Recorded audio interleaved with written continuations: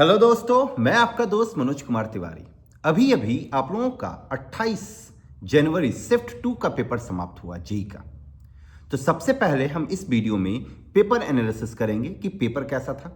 उसके बाद बताएंगे कि हर कैटेगरी में क्या कट ऑफ मार्क्स होना चाहिए एडवांस में क्वालिफाई करने के लिए। अगर हम पेपर की बात करें तो केमिस्ट्री का पेपर बहुत आसान था। फिजिक्स का पेपर भी आसान था, 3-4 क्वेश्चन थोड़ा मॉडरेट टाइप का था, थोड़ा सा टफ था, 3-4 क्वेश्चन।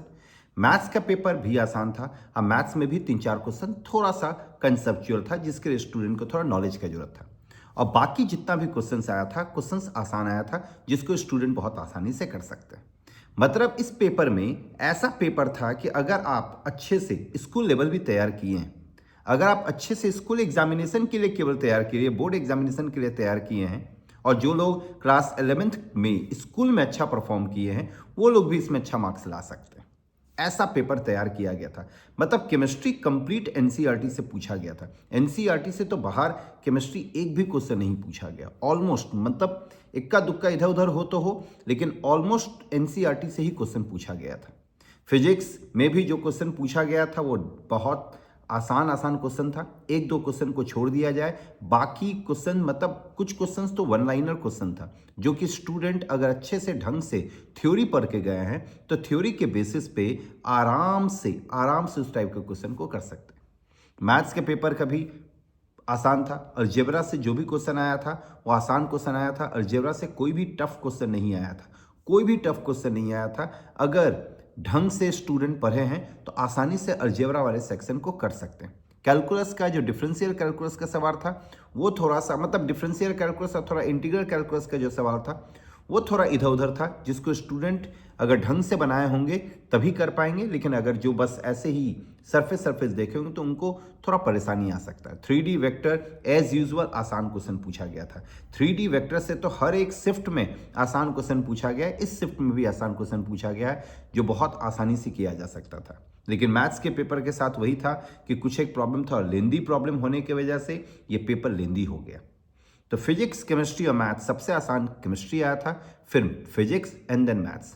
अब अगर हम बात करें कि एक्सपेक्टेड कट ऑफ क्या होना चाहिए, तो एक्सपेक्टेड कट ऑफ जो होना चाहिए इस शिफ्ट में, अगर हम बात करें सीएमएल वालों का, तो उनका वही 103 के अराउंड होना चाहिए। जिनका भी मार्क्स 103 103 के आसपास आ रहा है, वो आसानी से जेईई एडवांस के लिए क्वालिफाई कर जाएंगे। अगर हम बात करें ईडब्ल्यूएस वालों की, तो ईडब्ल्यूएस वालों को इसमें चाहिए होगा 96 97 के अराउंड।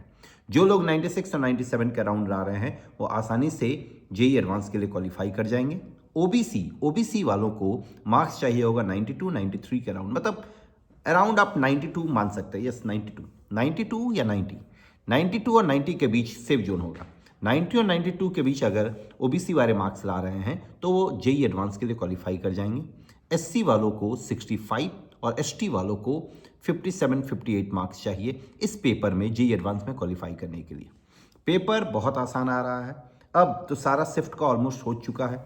अब खाली एक दिन 29 तारीख वाला बचा है, 2 शिफ्ट, जिसको आसानी से स्टूडेंट को आराम से कूल हेडेड जाके देना चाहिए एग्जामिनेशन। जो भी आराम से दिमाग को शांत रख के एग्जामिनेशन देगा और जिसका प्रिपरेशन ठीक है, जो सारे टॉपिक को कवर किए हुए हैं, वो आसानी से अच्छा खासा क्वेश्चन बना सकता है। पैनिक होने की जरूरत नहीं, इत्मीनान से एग्जामिनेशन दे। अगर आपको फिर भी कोई क्वेरी है, अगर आपको किसी भी तरह का कुछ पूछना है, तो आप लोग कमेंट बॉक्स पे कमेंट कर सकते हैं। Thank you very much.